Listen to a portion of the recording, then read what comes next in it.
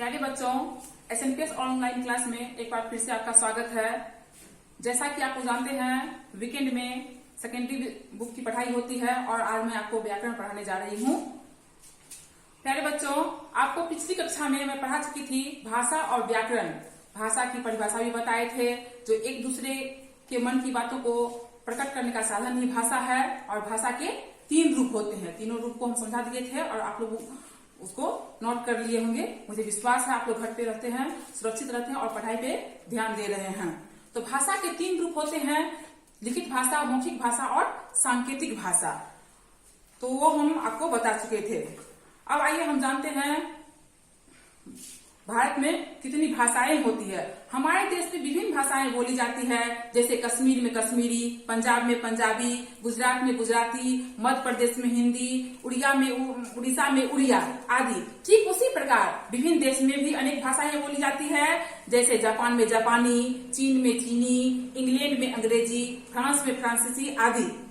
ठीक उसी प्रकार देश में भी अनेक प्रकार की भाषाएं होती है। तो हम भाषा के माध्यम से जहां जहां जाते हैं अपनी भाषा को साथ लेके जाते हैं। हमारी जैसी भाषा होती है हमें वो लोग उसी तरह से जानते हैं। तो अब आइए भाषा के बाद हम जानेंगे लिपि को। आखिर लिपि है क्या? भाषा को लिखने का ढंग ही लिपि है। जिस ढंग से हम भाषा को लिखते हैं वही उसकी लिपि कहलाती है। तो प्रत्येक भाषा की अलग अलग लिपि होती है बच्चों। जो हमारे यहाँ जितने भी भाषा है उसकी अलग अलग लिपि है। जैसे हिंदी की लिपि देवनागरी है, अंग्रेजी की रोमन है, उर्दू की फारसी है, संस्कृत की देवनागरी है, पंजाब की गुरुमुखी है। ये सब प्रत्येक भाषा की लिपि है और सब भी भाषाएं हैं उसकी अलग अलग लिपि होती है। बिना लिपि का हम भाषा को न लिख सकते हैं और न पढ़ सकते हैं। इसलिए हम जो भी लिखते हैं वही चिन्ह हमारी भाषा की लिपि कहलाती है। तो व्याकरण के माध्यम से ही हम भाषा को जानते हैं। तो आइए हम व्याकरण पे विचार करते हैं। व्याकरण वह शास्त्र है जिसके माध्यम से हम भाषा को शुद्ध रूप से लिखना, पढ़ना, बोलना जानते हैं। उसी को हम व्याकरण कहते हैं। बिना व्याकरण का हम ना तो भाषा को शुद्ध बोल पाएंगे और ना ही लिख पाएंगे। इसलिए व्याकरण का ज्ञान बहुत ही जरूरी है। तो अब आइए हम व्याकरण के अंग पे जाते हैं, यानी व्याकरण के कितने भाग होते हैं। व्याकरण को भी पार्ट वाइज किया गया है। प्रत्येक भाग में अलग अलग तरह की क्वालिटी है। तो व्याकरण के कितने भाग होते हैं उस पे हम जानेंगे। तो व्याकरण के 3 अंग होते हैं। कितने अंग होते हैं बच्चों? 3 अंग। उस तीनों अंग को मैं अभी बताने जा रही हूँ। जिसमें पहला है वर्ण विचार। पहला क्या है? वर्ण विचार। पहला है वर्ण विचार। दूसरा शब्द विचार। दूसरा क्या है? शब्द विचार। तीसरा है वाक्य विचार। तीसरा क्या है? वाक्य विचार। तीसरा वस्तु है वाक्य विचार। तो पहला है वर्ण विचार। वर्ण विचार के अंतर्गत हम वर्णों के स्वरूप, उसके भेद, उसके प्रकार को जानते हैं। वर्ण यानी वर्ण कितने होते हैं, वर्ण के कितने भेद होते हैं, उनके बारे में हम वर्ण विचार के अंतर्गत जानते हैं। दूसरा है शब्द विचार। बच्चों पिछली कक्षा में हम पढ़े थे वर्णों के मेल से ही शब्द बनते हैं। तो इसके अंतर्गत शब्द विचार के अंतर्गत हम शब्द के स्वरूप, उनके भेद, उनके प्रकार को जानेंगे और शब्द से ही मिलकर वाक्य बनता है। तो वाक्य के बारे में हम वाक्य विचार में जानेंगे। वाक्य के भेद, प्रकार, विराम चिन्ह का प्रयोग, ये सब कहाँ होता है, वो वाक्य विचार के अंतर्गत हम लोग जानेंगे। तो वर्ण विचार के अंतर्गत हम लोग क्या जानते हैं? वर्णों के स्वरूप, भेद, प्रकार। क्या जानते हैं बच्चों? वर्णों के स्वरूप, भेद और प्रकार। शब्द विचार के अंतर्गत हम क्या जानते हैं? शब्दों के स्वरूप, भेद और उनके प्रकार जानते हैं शब्द विचार के अंतर्गत। ठीक उसी प्रकार वाक्य विचार के अंतर्गत हम लोग वाक्य को लिखना, पढ़ना, कहाँ विराम चिन्ह का प्रयोग होगा, सब ये सब जो है वाक्य विचार के अंतर्गत जानेंगे। तो आइए हम जानते हैं व्याकरण के वर्ण विचार पर जाते हैं। वर्ण विचार तो हम जाएंगे वर्ण विचार पर।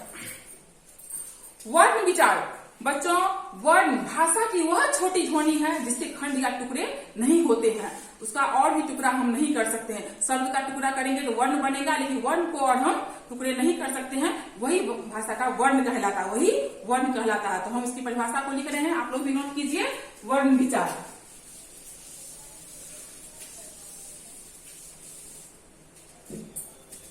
वर्ण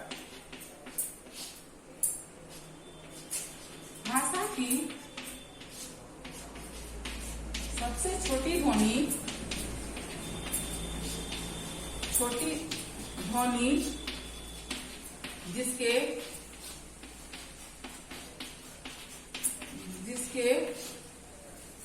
खंड या टुकड़े नहीं किए जा सकते हैं उसे वर्ण कहते हैं।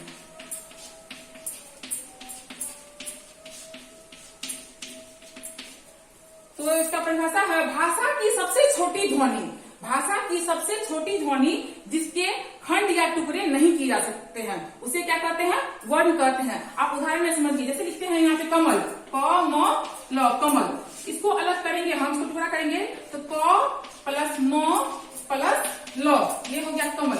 फिर इसको भी हम अलग कर सकते हैं क्योंकि ये वर्ण नहीं है, इसमें स्वर वर्ण मिला हुआ, क्योंकि ये व्यंजन वर्ण है, व्यंजन वर्ण जो है स्वर वर्ण की मदद से बनते हैं। तो इसको हम अलग कैसे करेंगे, क अलग अ बराबर क, ये हुआ क।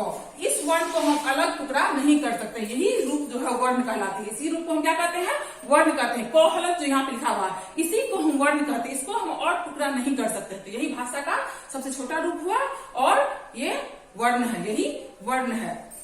तो अब हम जानेंगे वर्ण के कितने भेद होते हैं, वर्ण के कितने भेद होते हैं। तो वर्ण के दो भेद होते हैं, स्वर वर्ण और व्यंजन वर्ण, स्वर वर्ण और व्यंजन वर्ण। वर्ण के कितने भेद होते हैं, दो, स्वर और व्यंजन, स्वर और व्यंजन।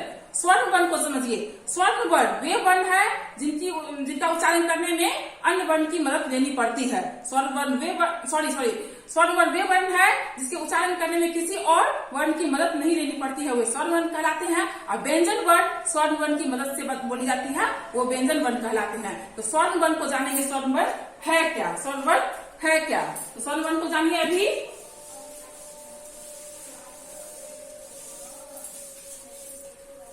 स्वर्ण वर्ण को जानेंगे, वर्ण दो प्रकार के होते हैं। पहला स्वर वर्ण, स्वर वर्ण इसकी परिभाषा है वे वर्ण जो बिना किसी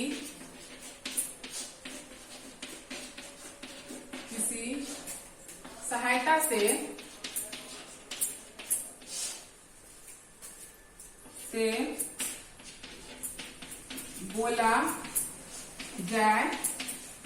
उसे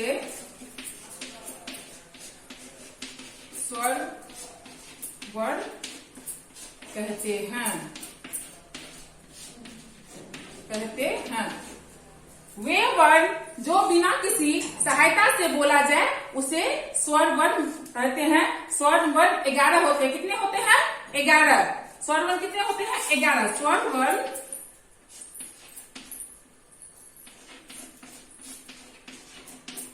11 होते हैं। स्वर वर्ण कितने होते हैं? 11। जैसे देखिए अ, आ, हर्षही, दुर्गही, हर्षहु, दुर्गहु, री, ए, ऐ, ओ, औ। ये हमारा स्वर वर्ण हो गया। स्वर वर्ण कितने होते हैं? 11। आप कौन कर लीजिए, यहाँ पे आपको 11 है। तो स्वर वर्ण होते हैं 11। अब स्वर वर्ण को भी हम 3 प्रकार में बांट सकते हैं। स्वर वर्ण को भी हम 3 प्रकार में बांटते हैं। पहला है ह्रस्व स्वर, दीर्घ स्वर और प्लुत स्वर। पहला क्या है? ह्रस्व स्वर। ह्रस्व मतलब क्या होता है? छोटा, यानी ह्रस्व मतलब छोटा। दीर्घ स्वर मतलब बड़ा, दीर्घ स्वर मतलब बड़ा। और प्लुत स्वर जिसका उच्चारण करने में 3 गुना समय लगता है, जिसका उच्चारण करने में हर्ष स्वर से 3 गुना समय लगता है, उसको कहते हैं प्लुत स्वर। तो हर्ष स्वर जानेंगे। इस 11 वर्ण में हर्ष स्वर कौन सा है उसको हम लोग जानेंगे, जो हर्ष स्वर है। तो हर्ष स्वर होते हैं 4। कितने होते हैं? 4। जैसे देखिए अ, हर्षही, हर्षहु और ए, अ, हर्षही, हर्षहु तथा री।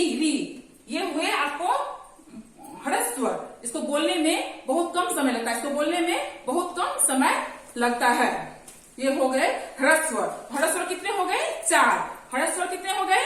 4, जिसको बोलने में सबसे कम समय लगता है। ये हो गया अ, हर्षही, हर्षहु और री। अ, हर्षही, हर्षहु और री, ये हो गए ह्रस्व स्वर। अब आइए दीर्घ स्वर। दीर्घ मतलब होता है बड़ा। दीर्घ मतलब क्या होता है? बड़ा, जिसको बोलने में दुगुना समय लगता है, यानी ह्रस्व स्वर से दुगुना समय लगता है, उसको कहते हैं दीर्घ स्वर। ये हो गए आपको आ। क्या हो गया? आ। दुर्गही, दुर्गहु, ए और ओ और औ, ये हो गया आपको दीर्घ स्वर। दीर्घ स्वर कितने होते हैं? 7। दीर्घ स्वर कितने होते हैं? 7। आ, हर्षही, दुर्गहु, ए, ओ और औ। आ, दुर्गही, दुर्गहु, ए, ओ और औ, ये हो गए आपके दीर्घ स्वर, जिसको बोलने में ह्रस्व स्वर से दुगुना समय लगता है। अब आइए उसी वर्ड में देखेंगे पलुत स्वर। पलुत स्वर किसको कहते हैं? जिसको ह्रस्व स्वर से तिगुना समय लगता है, उसको कहते हैं पलुत स्वर। पलुत स्वर जैसे ओम बोलते हैं, इसको ओम जो बोलते हैं ओ, ओम लगा के, ये हो गया, इसको बोलने में ह्रस्व स्वर से तिगुना समय लगता है, उसको कहते हैं पलुत स्वर। क्या कहते हैं? पलुत स्वर। तो अभी हम लोग जाने हैं स्वर वर्ण और उसके भेद, स्वर वर्ण और उसके भेद। आइए हम उसके भेद को लिखते हैं और आप लोग नोट कीजिएगा स्वर वर्ण के भेदों को।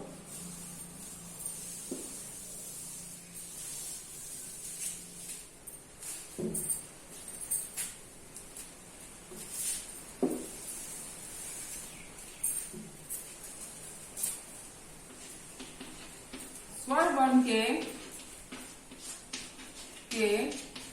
3 प्रकार होते हैं। स्वर वर्ण के 3 प्रकार होते हैं। पहला है ह्रस्व स्वर। पहला क्या है? ह्रस्व स्वर। ह्रस्व स्वर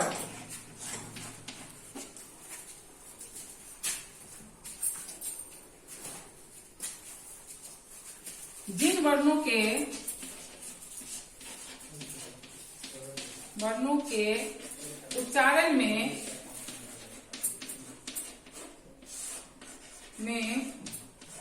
कम समय लगता है,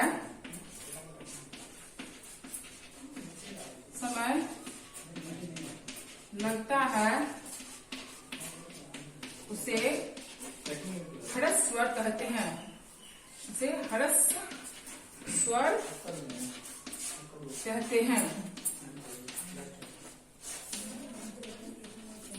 कहते हैं। ह्रस्व स्वर 4 होते हैं।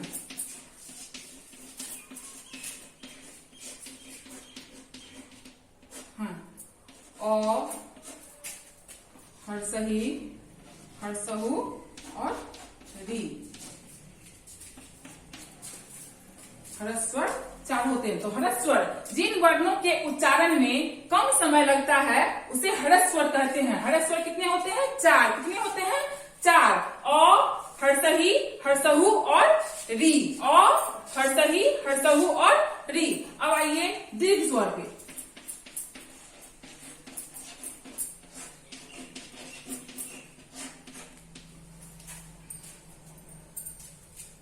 जिन वर्णों के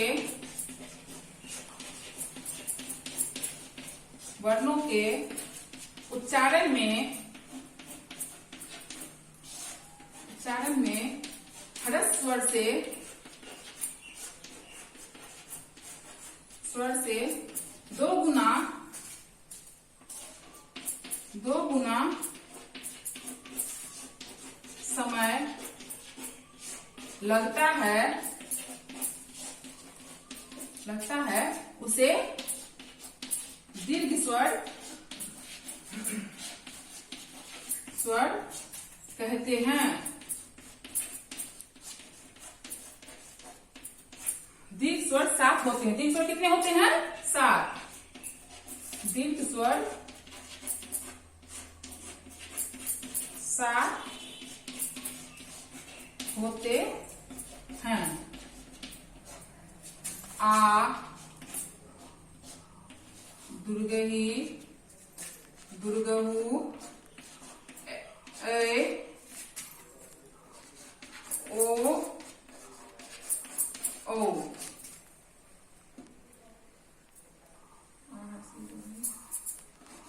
ए ऐ होते हैं सात। आ दुर्गही दुर्गहु ए ऐ ओ और औ, ये दीर्घ स्वर है। ये क्या है? दीर्घ स्वर है।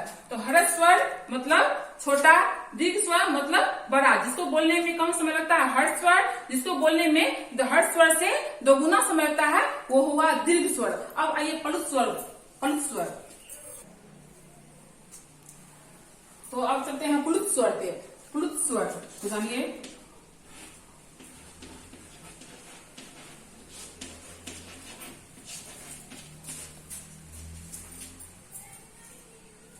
जिन स्वरों के उच्चारण में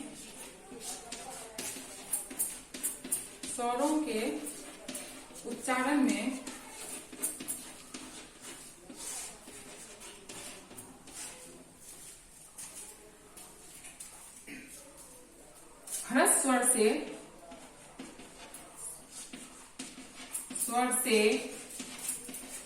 3 गुना समय लगता है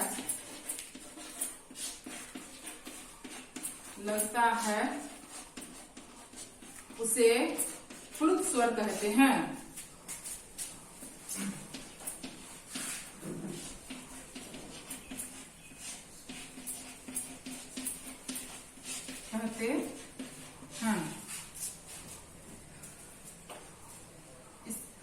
कहते हैं जैसे इसका उच्चारण ओम, इसे ओम इसका उच्चारण करते हैं। जिसे हर्षों का ही बृहद रूप तिगुना समय करते ओम मतलब उच्चारण करते हैं। इसको बोलने में हर्ष स्वर से तिगुना समय लगता है, यही है प्लुत स्वर। प्लुत स्वर जिन स्वरों के उच्चारण में हर्ष स्वर से तिगुना समय लगता है उसे प्लुत स्वर कहते हैं। अभी हर्ष स्वर, दीर्घ स्वर और प्लुत स्वर को हम लोग जाने हैं। तो बच्चों आगे जो है हम इसका होमवर्क दे रहे हैं, आप होमवर्क को भी नोट करेंगे।